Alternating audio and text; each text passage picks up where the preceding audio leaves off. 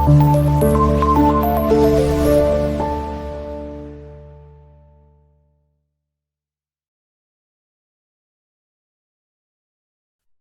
உறவுகளுக்கு வணக்கம். தமிழகத்துல பாஜக ஓரளவுக்கு வளர்ந்திருக்கு அப்படின்னா அதுக்கு மிக முக்கிய காரணம் யாருன்னு பார்த்தா அது அண்ணாமலை அவர்கள் தான். ஏன் அப்படின்னு நம்ம பார்த்தோம்னா, அண்ணாமலை அவர்கள் 2021 மாநில தலைவரா நியமனம் செய்யப்படுறாரு. அப்பத்திலிருந்து தன்னோட கடின உழைப்பாலையும் நிறைய யுக்தியாலையும் நிறைய மக்களை சந்திக்கிறாரு, நிறைய இளைஞர்களை சந்திக்கிறாரு. இவங்களெல்லாம் சந்திச்சு பிஜேபியோட அஜெண்டாவை சொல்றாரு. இவங்க எல்லாரையுமே இணைச்சு ஒரு கூட்டா தன்னோட கைக்குள்ள வச்சிருந்தாரு அண்ணாமலை. இப்போ ரீசெண்டா தான் எல்லாருமே மக்களை சந்திக்கிற பயணத்தை மேற்கொள்றாங்க. ஆனா அண்ணாமலை அவர்கள் 2024 மக்களவை தேர்தலுக்கு முன்னாடியே எண்மண் எண் மக்கள் அப்படிங்கிற பேர்ல மக்களை சந்திச்சுட்டு வந்தாரு. தமிழகம் முழுக்க பிஜேபி காலூன்ற அண்ணாமலை மிக முக்கிய காரணமா இருந்தாரு.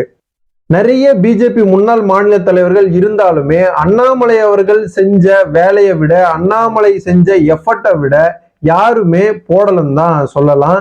ஏன்னா அந்த அளவுக்கு அண்ணாமலை அவர்கள் ஒரு பவர்ஃபுல் லீடரா தமிழகத்துல காலூன்றி வந்தாரு. 2021 அவர் நியமனம் செய்யும் போது நிறைய விமர்சனங்கள் அவர் மேல இருந்துச்சு. யாருங்க இந்த பையன், இவர் என்ன பண்ணிட போறாரு, நிறைய பழந்தின்னு கொட்ட போட்ட தலைவர்கள் இருக்கிற தமிழகத்துல இவர் பிஜேபியை வளர்த்து விட்டுருவாரா அப்படின்னு சொல்லிட்டு நிறைய விமர்சனங்கள் அண்ணாமலை மேல வைக்கப்பட்டுச்சு. ஆனா அதெல்லாம் துவம்சம் செய்யற மாதிரி அண்ணாமலை ஒரு பெரிய அஸ்திவாரத்தை தமிழகத்துல விதைச்சிட்டாரு. 2024 மக்களவை தேர்தலில் பிஜேபி என்டிஏ கூட்டணி சார்பா போட்டியிட்டுச்சு. அதுல அதிமுக வெளியேறிச்சு. அதிமுகவுல இருந்து நாங்க பிஜேபியோட கூட்டணி வைக்க மாட்டோம், நாங்க தனியா தான் போட்டியிட போறோம் அப்படின்னு சொல்லிட்டு போட்டியிட்டாங்க. 2024 இந்த மக்களவை தேர்தலில் பிஜேபி வின் பண்ணல அப்படின்னாலும் கணிசமான வாக்குகள் சதவீதத்தை உயர்த்தினாரு அண்ணாமலை.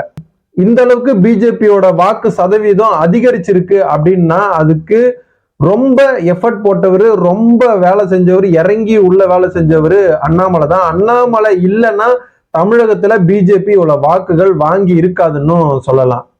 அந்த அளவுக்கு ஒரு பவர்ஃபுல் லீடரா இருந்த அண்ணாமலைய 2026 சட்டமன்ற தேர்தலில் நீங்க அண்ணாமலையை தூக்குனாதான் உங்க கூட கூட்டணி வைப்பேன் அப்படின்னு எடப்பாடி பழனிசாமி அவர்கள் சொன்னதை கேட்டு பிஜேபி மேலிடம் ஒரு முடிவை எடுத்தது.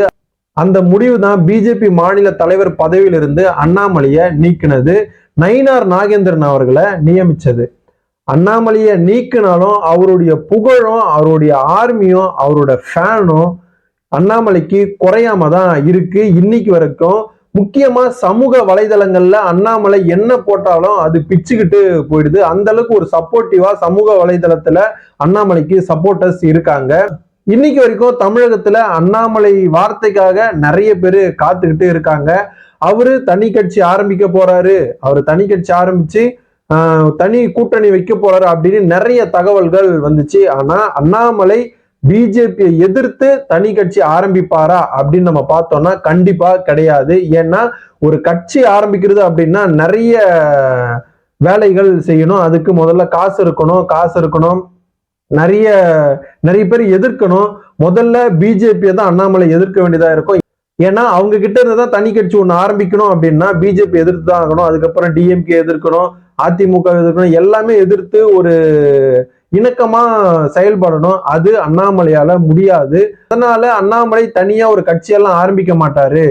பிஜேபியில இப்ப தமிழகத்துல 2026 சட்டமன்ற தேர்தலில் பிஜேபியை எந்த அளவுக்கு பவர்ஃபுல்லா காலூன்ற வச்சு எப்படி வின் பண்ண வைக்கலாம், அதிமுக பிஜேபி கூட்டணியை எப்படி மாபெரும் வெற்றியா இவங்களை வின் பண்ண வைக்கலாம் அப்படிங்கிறத அண்ணாமலை யோசிச்சுட்டு இருப்பாரு. அந்த அசைன்மெண்ட் தான் அண்ணாமலைக்கு பிஜேபி மேலிடம் கொடுத்திருக்குன்னு ஒரு தகவல் வெளியாகுது. பிஜேபி மாநில தலைவராக இருந்து அண்ணாமலையை நீக்கிறதுல இருந்து பிஜேபியில அண்ணாமலைக்கு ஒரு இடம் இல்லாம இருக்குன்னு தான் சொல்லலாம். ஓரங்கட்டப்பட்டு வராரா அப்படின்னு கூட சொல்லலாம். நிறைய கூட்டத்துக்கு அவர் போக மாட்டாரு. நிறைய பிஜேபி என்னென்ன ஃபங்க்ஷன் நடக்குதோ அதுக்கெல்லாம் ஒரு சில இடங்கள் தான் போறாரே தவிர மற்ற எல்லா இடங்களுக்கும் அண்ணாமலை அவர்கள் போக மாட்டாரு. அதனால அண்ணாமலைக்கு ஒரு அசைன்மெண்ட் கொடுக்கலாம் அப்படின்னு பிஜேபி மேலிடம் ஒரு அசைன்மெண்ட் கொடுத்துருக்கு. அது என்ன அப்படின்னு பார்த்தோம்னா, அண்ணாமலை அவர்கள் தமிழகத்துல அதிமுக பிஜேபி கூட்டணிய ஒரு மாபெரும் வெற்றி பெற வைக்கணும் அப்படிங்கிறது தான் ஒரு அசைன்மெண்ட். இதுக்காக அண்ணாமலை என்னெல்லாம் பண்ணணும், இதுக்காக அண்ணாமலை வந்து ஒன்னே ஒண்ணுதாங்க பண்ணணும், திமுகவை கடுமையா விமர்சிக்கணும். இதுதான் அண்ணாமலைக்கு கொடுத்த அசைன்மெண்ட். இது வந்து நம்ம அண்ணனுக்கு கை வந்த கலையாச்சே, சும்மாவே திமுக வந்து கடுமையா விமர்சிப்பாரு. இப்ப மேலிடம் ஒரு அசைன்மெண்ட் கொடுக்குது அப்படின்னா சொல்லவா வேணும், கழிவுல ஊத்துவாரு இனிமே. ஏற்கனவே டிஎம்கே ஃபைல்ஸ் 1, 2 அப்படின்னு சொல்லிட்டு நிறைய ஆடியோஸ், நிறைய திமுகவுக்கு எதிராக அண்ணாமலை வந்து வேலை செஞ்சாரு. இனிமேலும் திமுகவுக்கு எதிராக திமுக விமர்சிச்சு கடுமையா வேலை செய்யணும் அப்படின்னு மேலிடம் சொன்னதுனால இன்னுமே வேலைகள் பலமா இருக்கும், கொஞ்சம் மாசாவும் இருக்கும். ஆனா இதனால அண்ணாமலைக்கு என்ன பலன் கிடைக்கும் அப்படின்னு நமக்கு கேள்விகள் எழும்புது. அதிமுக பிஜேபி கூட்டணியில முதல்வர் வேட்பாளராக இருக்க எடப்பாடி பழனிசாமியை நம்ம இந்த அளவுக்கு கஷ்டப்பட்டு வின் பண்ண வைக்கணுமா, அப்படி வின் பண்ண நமக்கு என்ன கிடைக்கும் அப்படின்னு அண்ணாமலை யோசிப்பாரு.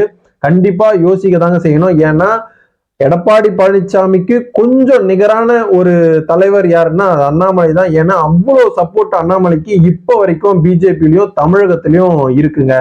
முக்கியமா இந்த 2026 சட்டமன்ற தேர்தலில் எடப்பாடி பழனிசாமிக்கும் அதிமுக பிஜேபிக்கும் வின் பண்றதுக்காக நிறைய யுக்திகளை அண்ணாமலை செய்வாரு. அது மட்டும் இல்லாம கூடவே கொங்கு மண்டலத்துல தன்னோட அஸ்திவாரத்தை எப்படி உயர்த்தணும் அப்படின்னும் அண்ணாமலை ஒரு பிளான் வச்சு இன்னுமே தீவிரமா செயல்பட்டுட்டு வருவாரு.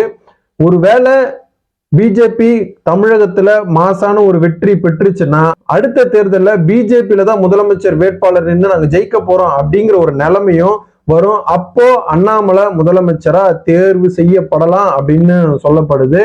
இதனால அண்ணாமலைக்கு கொடுத்த அசைன்மெண்ட்டை அண்ணாமலை கச்சிதமா செய்து முடிப்பாரு.